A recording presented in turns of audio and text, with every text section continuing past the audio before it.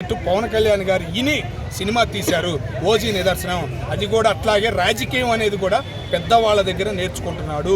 మన రాష్ట్రాన్ని ముందుకు నడపాల్సిన ఒక గుండెకాయలాగా రాజకీయంలో ఉండి ఒక ఉదాహరణగా ఒక పైకి తేవాలి ఆంధ్ర రాష్ట్రాన్ని.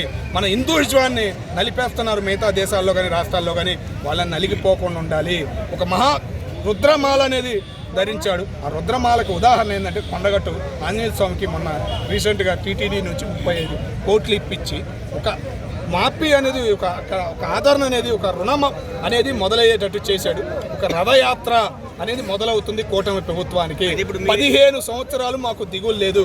ఇట్లాంటి పుల్లలు చేసినా పాపాలు చేసినా ఎన్ని చేసినా అల్లు అర్జున్ గారు కూడా తెలుసుకుంటారు, స్పందిస్తారు అని మేము అనుకుంటున్నాం. అయితే ఫైనల్గా ఏమడుగుతున్నాను నేను, ఇందాకేమన్నా అంటే వైసీపీ వాళ్ళే రెచ్చగొడుతున్నారని చెప్పావు కదా, కానీ మాస్కులు పెట్టుకొని జగన్ మాస్క్ పెట్టుకొని అల్లు అర్జున్ పవన్ కళ్యాణ్ ఫ్యాన్స్ ట్రోల్ చేస్తారు. పవన్ కళ్యాణ్ ఫ్యాన్స్ నువ్వు అన్నమాట ఎప్పుడు అది పాత విధానం. ఓకేనా, పవన్ కళ్యాణ్ గారు జనసేన మీటింగ్ పెట్టారు తెలుసా నీకు, వైజాగ్లో ముఖ్యమైన వాళ్ళని పిలిచారు. కొంతమంది పనికి మాలిన వాళ్ళు ఉండరు, వాళ్ళల్లో ఉండరు, వాళ్ళని ఏరేశారు. వాళ్ళు ఏమైనా యాసాలు వేసినా కానీ అక్కడికి వచ్చారు, మీటింగ్ వచ్చారు చూసావా, ఆ పెద్దవాళ్ళు ఇలా తొక్కుతున్నారు. వార్నింగ్లు వెళ్తున్నాయి కాబట్టి కంట్రోల్లో ఉంటున్నారు. జనసేన నాయకులు పవన్ కళ్యాణ్ మాటని దాటారు. నాయకులు కాదు, ఫ్యాన్స్ కూడా జనసేన పైగు ఆ జెండా పట్టుకుంటారు, ఈ జెండా పట్టుకుంటారు, బీజేపీ జెండా పట్టుకుంటారు, తెలుగుదేశం జెండా పట్టుకుంటారు, టీడీపీ వాళ్ళ చేత జనసేన జెండా ఎత్తిస్తారు. అది జన సైనికులు అంటే అది. సో అల్లు అర్జున్ ఫ్యాన్ ఏమంటుందంటే జగన్ అంటే ఒక జెండా పట్టించాడు, మీరేంటి ఇన్ని జెండాలు పట్టిస్తారు ఏం చెప్తాను. ఒక్కటి చెబుతున్నా నేను ఒక్కటి చెబుతున్నా, జగన్మోహన్ రెడ్డి గారు ఎవరు తెలుసా? వైఎస్ పేరు పెట్టుకుని వెనకమాల ఒక పుణ్యాత్ముడి పేరు పెట్టుకుని 2019లో గెలిచాడు.